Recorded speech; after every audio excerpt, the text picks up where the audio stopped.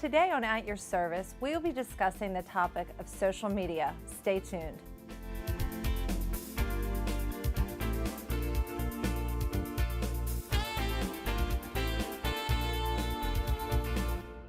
Today on At Your Service, we will be discussing social media and its role in our students in the schools with Arundel County Public Schools Chief Communications Officer, Mr. Bob Mosier. So welcome. Thank you very much.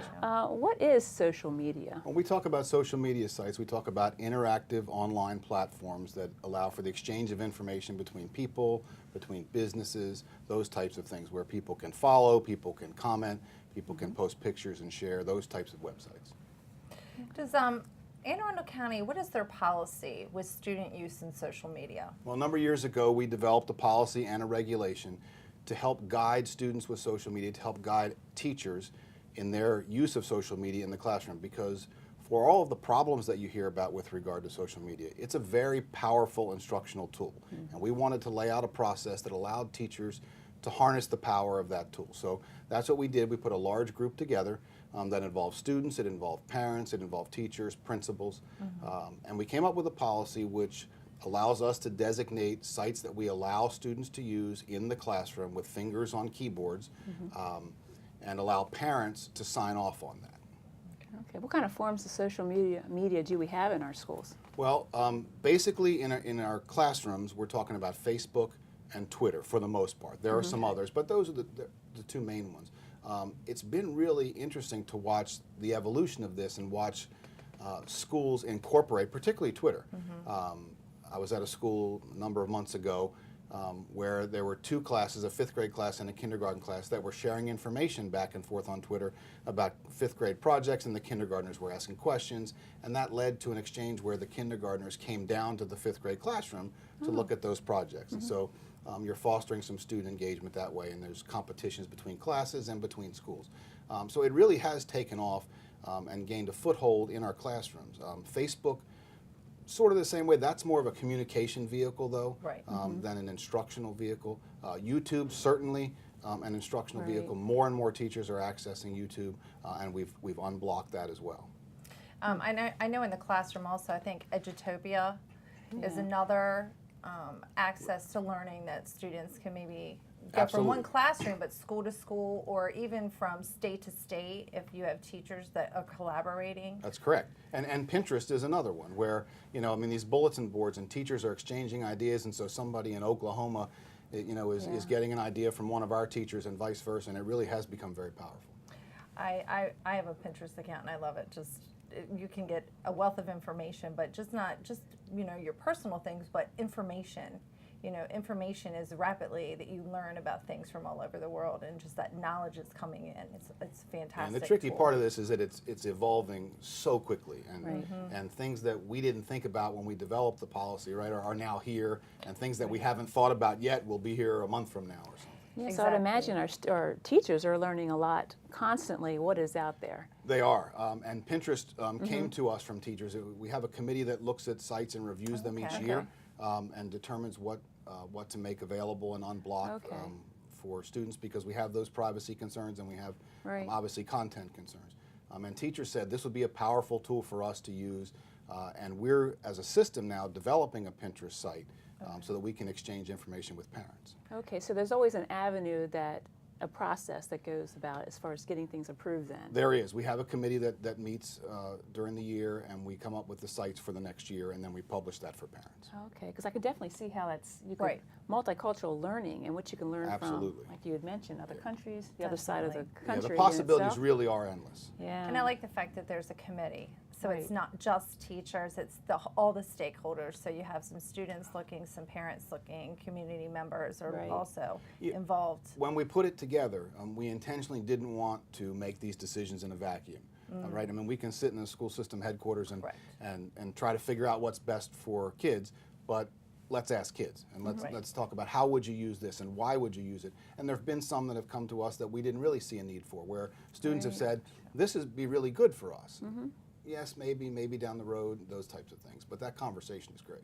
Right, so then you have some time to look in and do your research. Right. You know, not just saying, oh, I'll take it at face value, but to really take some time to look at the different sites to make sure that they are appropriate Absolutely, for a school and we're system. probably a little slower moving than other agencies, right? Because we have so many children involved at so many different Correct. levels. And so while it might be a slam dunk on the high school level that it'll work, we have to Right. think about elementary and middle school. So Yeah, constantly weighing out the positives and the negatives Exactly. and looking at it all. Exactly. Yeah. And the developmental needs and if it's appropriate for that Right. age. You know, as Yeah. a school system, how do we communicate with parents? Well, that's been a really exciting part of our office actually in the last couple of years. We've developed a system-wide Facebook page. We have a system-wide Twitter page, and all of our schools have their own Twitter pages. So we manage those out of the communications office, but schools can post messages themselves. We have about 36,000 people who've liked our Facebook page and another 20,000 or so who follow us on Twitter. It's become a very valuable tool to get information out very, very quickly. We first started it in the wake of a bad storm that saw us not have power Right. here at the Yes. central office a number of years ago, and we had no way to get the word out, through ConnectEd and those other Right. traditional systems that we have. And so once we put that into place, we were a little worried that the numbers weren't rising in terms of the number of people who were following us and that kind of stuff. But then we hit a snowstorm, and people realized that we'd put that information on there about 2 hours later, closed or whatever, Right. and then the numbers just went through the roof. So it's become very, very powerful for us, especially in an era where newspapers and traditional media are declining, their audiences are declining, and so we can get to these people directly and not have to go through other media. Yeah, that's great. Now, bullying, another topic. Bullying can be obviously a huge social issue. Right. And sometimes the social media, that just kind of combusted. Yeah, What are we seeing with that? The evolution of social media has brought, a significant uptick in bullying incidents. The difficulty for us is that a lot of the bullying that takes place outside of school, and it's school hallways where they're the crossroads for these kids, right? And Right. so Right. it doesn't take a lot of guts to type out something on a keyboard. True. And then you see somebody and things tempers get out of hand and those kinds of things. It's absolutely a significant issue. Cyberbullying has been made a crime, as you know. It's something that we take very seriously in this school system. Our schools look for it. It's a difficult thing to police because we only have our kids for about 15% of the week. And so the other 85% or so, 80 to 85%, Right. they're home or they're at Right. the ball field or they're wherever, and these things happen, and then they fester and they explode when all these kids get into one high school or one middle school. And speaking of that 80-15% ratio, that percentage, what would you recommend for parents who are watching at home and they're concerned, there's some changes in their child's behavior, they're not quite sure what it is. What would you recommend for them to do if they think that their child's being bullied online? Yeah. First of all, seek help. Get police, talk to people. Your school counselors are available, your school psychologists, social workers. All of those resources exist in your school, even if the problem doesn't originate in your school, because our school personnel can provide a key link there and help link you up with other services, those types of things. But you need to be involved in your child's use of social media, and you need to be involved in communicating with your child, because your child has to feel comfortable coming to you as the parent to say, look, there's an issue here, and then you can get involved. Too often we see children who keep it to themselves because they think it's not a big deal, and that can be really destructive. Right. So it's interesting because we sometimes get it much later. It's been an ongoing problem within the community. But I always wondered, for parents, the difference is when do schools have to act, the line between a community issue and when it becomes a school issue that has to be dealt with. So the easy way to understand it, I think, is to say there has to be some link to the educational process, right?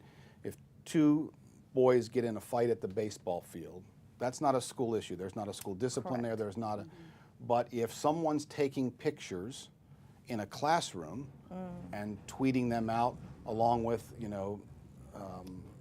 a negative message or something that could be interpreted bullying, that is an issue for schools to deal with.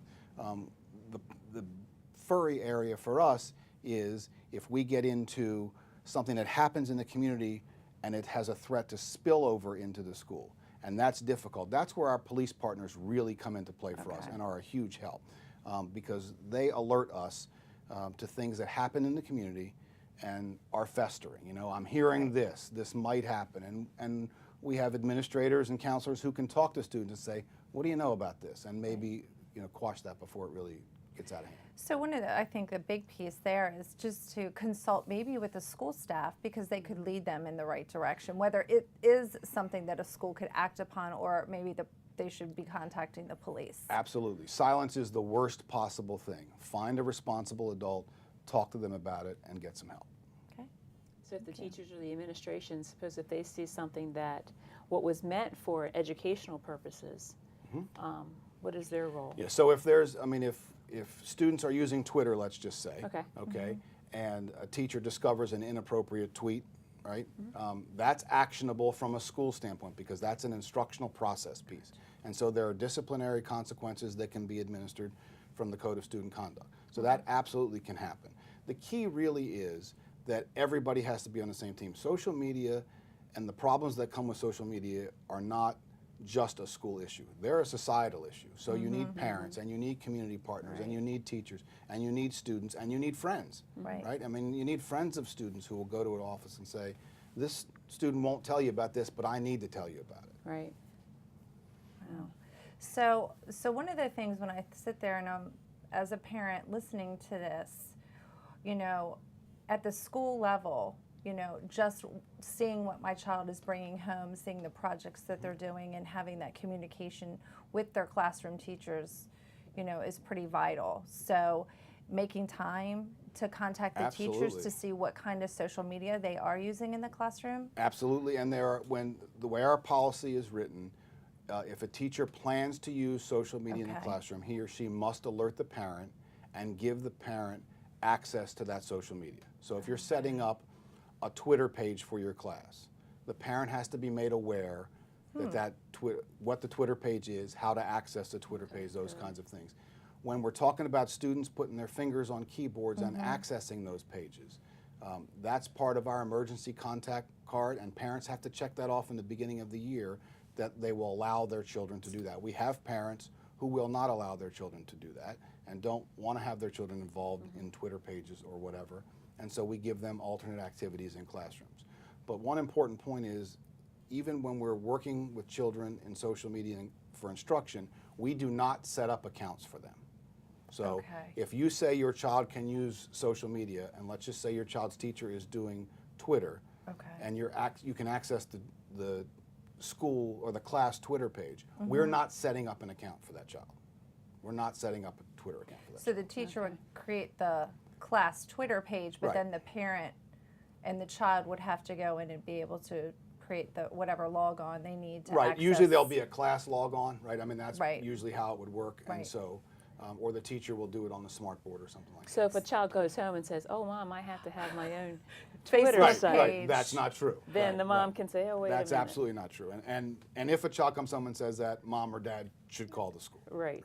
And that could be for anything, so Twitter, for Facebook, because most of these sites you have to be a certain age, and so it's important for parents to understand that. We don't, Facebook is one that we don't use for instructional purposes, we use for communication purposes. So if your child's teacher wants to set up a Facebook page to communicate with parents in that class, that's okay.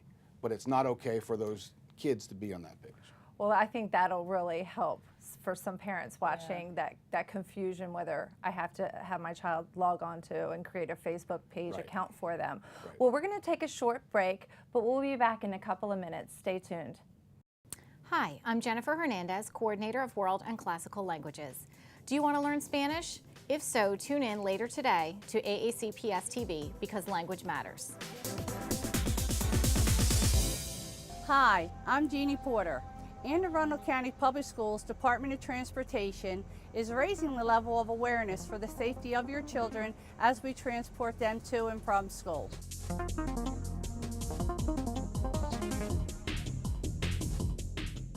When a school bus stops to load students, as a driver, this is what you will see.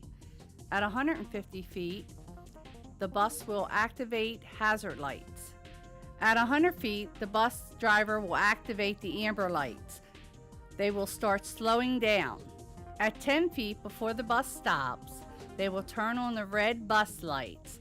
Their stop sign will come out, and students will begin to load. Once all students are on board safely, the bus driver will turn off red lights and move forward. At this time, it is safe for the motorist to resume movement. Welcome back. Mr. Mosier, if we could talk a little bit more where we left off as far as children and social media and what we can believe, really. It sounds like there's a lot going on out there. There is a lot going on, and it's changing by the minute. Yeah. Part of the issue that we run into a lot of times in schools, both in instruction but more in communication, is what exactly can you believe on social media? Because everything that's out there is not the gospel truth. And we've had instances before, both with situations at schools or situations involving students, where things get out of hand quickly because people believe and they share on Facebook or they retweet on Twitter and those kinds of things. And before you know it, 20,000 people have information that's just not true. Right. And so I think one of the things is that they, let's say it's a particular school it's coming out of, that they might need to want to contact before jumping to that conclusion, contact the school to make sure that they have the accurate information. Yeah, I think the school, if you can't get a hold of somebody at the Or- school, the communications office, right? I mean, if a school evacuates because of a gas odor, let's just say hypothetically, so you're not going to be able to get anybody at that school. But Right. we in the communications office have access to all that information, and we try to push it out as quickly as we can to dispel some of those rumors. We're finding ourselves in recent years doing more and more of that rumor control. I mean, we Right. used to not do a whole Yeah. lot of that, but now one person talks to another person, and they put it on Facebook, and 80 people share it, and before you know it, it's morphed into something Different. that's different and not anywhere near true. So if I was watching today and I was saying, okay, so maybe I should be looking for the school system's Facebook information, not somebody who's repaged it or retweeted it, that it could be just inaccurate information. Yeah, and when we push out system-wide messages, we do it on our Facebook page, on our Twitter page, and most often on our website. And so that's That's a gold standard. Yeah, that's the gold standard. And then if there is an emergency situation involving a school, as I said to you, we have access to all those school Twitter pages. And so from the communications office, we'll push that out, and we can text parents from there too and email parents. So there's a number of ways that we can do it. The single source believing is what really gets people in trouble. Gotcha. And so I also noticed, like, on the front of our webpage, if there's some sort of school closing or closing of after-school activities, if Right. it's right there, you can also go right to the front page Absolutely. of our We website. try to meet people where they are, right? Some people want phone calls, some people want text, some people will look on the website. And so it's a variety of avenues for us. Facebook really is the adult crowd, right? When we launched Twitter, that's really the student crowd. I mean, if you watch it, during the winter when we have to close for snow and all that kind of stuff, the people who are responding are students, tweeting? please close school because I didn't do my homework or something It's like an that. A day. Yeah, is it an A day or a B day? But it has become a really Right. good information vehicle. That's awesome. Speaking of the students, what other common scenarios do you have where the students are involved in social media? Yeah, and well, issues? what we used to call playground teasing, right? I mean, has sort of evolved into a brand new level now, and that can be really troublesome. Because if we're sitting here having a conversation, you hear the inflection in my voice, you sort of gauge what I really mean. Words on a screen are completely different, right? And it doesn't take a lot for somebody to misinterpret that. And it doesn't take a lot of courage, quite frankly, to send some nasty message to somebody because the keyboard doesn't talk common sense to you, right? And so we see that a lot. We've seen a rise in sexting in recent years, not just in our school system, but across the state and really across the country, and that's becoming a real issue for us. And then again, as I said, you see things that start to fester in the community, and then they sort of blow up and ignite when they get into the school, because here you have, in a high school, right, 1,500, 2,000 kids crossing paths for 6 hours. Yeah, what is sexting actually? Sexting is the taking of sexually explicit photos by cell phone and then sending them to someone. We find today a lot of cases that we see are people who actually take pictures of themselves and send them to a boyfriend or a girlfriend or a friend or whatever. I'm not sure what the attraction in all that is, but and then they get spread around very quickly. As I said, all it takes is, you text it to one person, and they text it to their whole contact list, and now 300 people have it. Right. 300 people who aren't all in your community, right? Some are on the West Coast, maybe in different countries, and it becomes a real problem.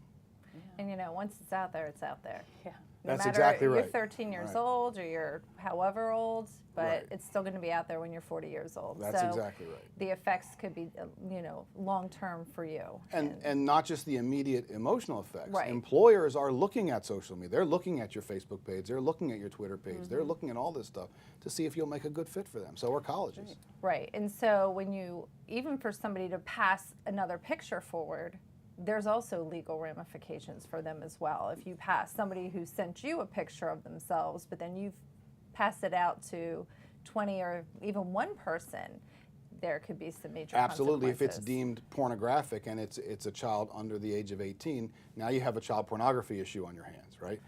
In addition to the cyberbullying crimes that the General Assembly has recently put in place. So what are some other, I know in the school system we deal quite a bit with the social media and the effects of social media and bullying and sexting is on the rise. What are some other scenarios that I don't think parents fully maybe are aware of? If you don't work in a school system, you don't see how it comes together with kids all in Right. a building and what is really going on online. Yeah, and we get sometimes there are disagreements between parents that spill down to kids, and then we have kids in fights because of something they think their parents have said. And and parents really need to be involved in the social media usage of their children. Whether you want to watch it all day every day, or Right. you want to have a setup with your child that every night I get to look at all your texts and I get to look at your Twitter page, and you can have this application, but I get to have access to it. That's the setup with my child, right? I mean, I have a teenager, so you can be on Twitter, but I get your username and your password. That's how it works. And so you just have to be involved. You can't monitor them every second of every day, but you have to have that relationship with your child, because if you don't, I mean, there's an entire world out there that they have access to that you would know nothing about.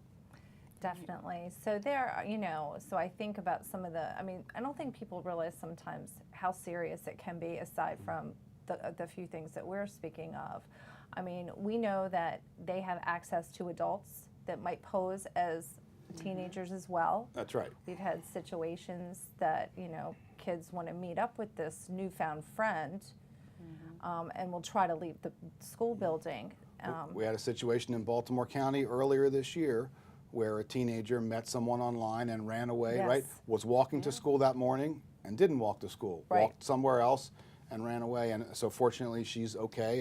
And we've had situations in this county where we've worked with police. Police have come to us and said, here's what we believe is going on. And we've been able to thwart some situations that could have been really dire. Right. It's a very complex situation, and teenagers, quite frankly, just don't know what they're getting into. And they don't want parents to tell them that, but it's the truth. Right. Yeah. I was at a demonstration a couple of years ago where a law enforcement officer took us through the creation of an account, and in 10 minutes, he went on somebody's account, and in 10 minutes, he was able to tell us how many siblings that child had, where that child lived, where that child went to school, what that child's dog's name was, in 10 minutes, because they'll leave a clue here and a clue there and a clue here, and that's what predators do. They find all Right. those clues and they add them up. And kids think their parents are being like, oh, you're being overprotective, That's you're being exactly right. paranoid. But in reality, that's not the case I at get all. that all the time from my teenager, right? part of Don't being be a a parent. helicopter dad. is- But right. guess what? That's dad's job. Yeah. Exactly. And it's Yeah. interesting because it seems like as many times we talk to children about, here are some prevention tips. Do not give this type of information that you're talking about. But I guarantee if I pulled up a site, I'm going to say they go to this school, That's right. they stay after for practice, because you constantly can check in where they are. I think Right. about some of the sites. I'm here at the mall. I'm at, eating at, having a hot dog or a hamburger here at this site. So if a person has been watching you or following you, that they're able to find you. And parents can unwittingly play into that as well, right? So if parents on a Saturday post on Facebook, drop child A off at this practice and child B off at this practice, off to the mall before I have to pick child B up at 4 o'clock. Yeah. That's Right. innocent, that's whatever. Right. But somebody can take that information together with what child A or B may have posted online And put it together. And put it together. And Yeah. it's very, very troublesome. What other protective measures should parents be aware of that are either just common sense type things that you're mentioning, are good examples, but stuff that might be out? Well, there is software Resources. available where you can track your child's online habits, and there are apps available, I understand, that can track their cell phone habits and their cell phone usage. And so, I mean, I think those are all important things. You want your child to trust you, and you want to trust your child. So you have to have that relationship first and foremost, I think. Right. But those other things are there for a reason, and they're available for a reason. And that reason is that, look, we were all kids, right? I mean, we didn't make the smartest decisions when we were Right. teenagers, Right. and so that's how it works. And so you have to help them learn from those mistakes and learn from those poor decisions, but you have to help them try to avoid them in the first place too. Right. Right, and to keep them safe, you know, because I know some of my friends, their parents, like if they get a text or a photo after a certain time at night, it automatically goes to their parents' phone. Like Right. there's a way you can, through your phone company, because their computers are phones. So That's it's correct. even though we're in school and we have some control over that, but just that their phones are little walking computers. So there are ways that And you can set things data up. usage limits, and you can set time of use limits. And so your phone shuts off at a certain time where it can't access the network anymore. The difficulty there is with so many parents with Wi-Fi in their homes, when they connect to the Wi-Fi, which avoids the data usage for you, there's the plus, but the Wi-Fi takes it outside the range of all those controls. I turn That's mine off at interesting. nighttime though. Yeah, that's another thing that I mean, Yeah. because kids are very savvy, much more than I think some parents really are. Even for my generation, Right. they're going to have it figured out within 2 seconds. Where I'll say to my son, "Hey, can you figure this out for me?" That's and exactly right. They'll help me because my settings or whatever, you know. So I think part of that is, you know, having those communications, like when you're giving your child access to the web or whatever sites. I think before you give it, you have to have that more than just that conversation, but what Right. is the plan? Right. What are the parameters? And what are you going to use this? You can use this site to do your homework, but here's the issue. That's where your computer software comes in, right? Because then you can set the parameters of what sites you're able to access. Now, what's going to happen there is that you're going to set that parameter, and your child's going to need something that's on the other side of that parameter. But Right. that's okay. Right, yeah. They can hold off on that, and when you get home, you can sign on as you, and you can access that information. Right. And I think that ongoing piece and that follow-up, because many a times for like adolescents and teenagers, sometimes we're like they're old enough to handle, and that whole trust piece that I hear a lot with, Right. you know, parents and their child. But there's also a huge safety Absolutely. issue. That's what it all boils down We've to. had Yeah. we've had children kidnapped. We've had children killed, unfortunately.